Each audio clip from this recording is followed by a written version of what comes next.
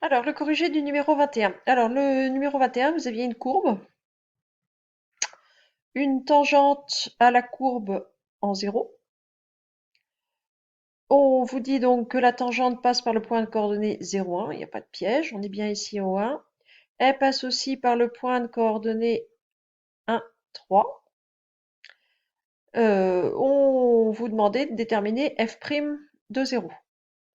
Donc f' de 0 par définition, c'est le coefficient directeur de la tangente à la courbe en 0. Donc c'est le coefficient directeur de la droite qui a été tracé là. Donc un coefficient directeur, ça se lit assez facilement, je vous rappelle, c'est le décalage vertical. Lorsque je me décale d'une unité, j'augmente d'une unité en abscisse, le décalage vertical opéré sur la droite. Donc ici, lorsque je passe du niveau 1 au niveau 3, j'ai deux étages de décalage en une unité en abscisse. Alors c'est une formule, enfin, un nombre qu'on peut retrouver en faisant la formule YB 3 moins YA 1, donc 3 moins 1, 2, divisé par XB moins XA, divisé par 1 moins 0, c'est-à-dire divisé par 1. Donc en tout cas, le coefficient directeur de cette droite ici, c'est 2. Donc f' de 0 vaut 2. On vous disait maintenant, la fonction qui a été tracée, c'est une exponentielle. C'est f de x égale exponentielle de kx.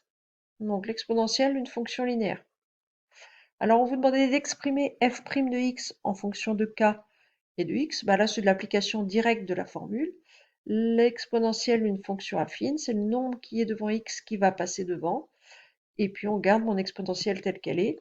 Donc ici, f' de x, c'est k fois exponentielle de kx. Ça permet de déterminer la valeur de k, effectivement. Si je remplace x par 0 dans cette formule-là maintenant, je vais avoir f' de 0 égale k fois exponentielle de k fois 0, c'est-à-dire k fois exponentielle de 0. Exponentielle de 0, ça vaut 1, donc k fois exponentielle de 0, ça vaut k. Et f' de 0, on a vu à la question 1 que ça faisait 2, ce qui veut dire que le nombre k, ça vaut 2. Et donc la fonction f, qui est tracée ici, c'est exponentielle de 2x.